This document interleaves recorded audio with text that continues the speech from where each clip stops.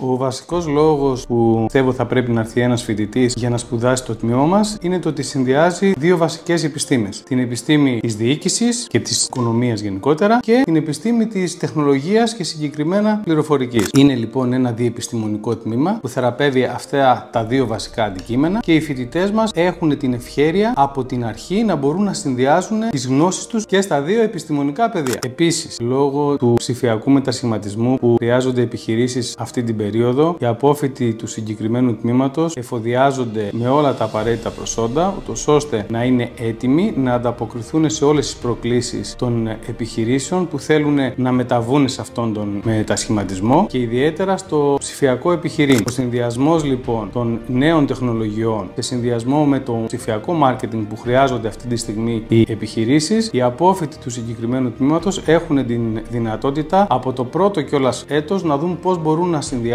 αυτές τις δύο επιστήμες.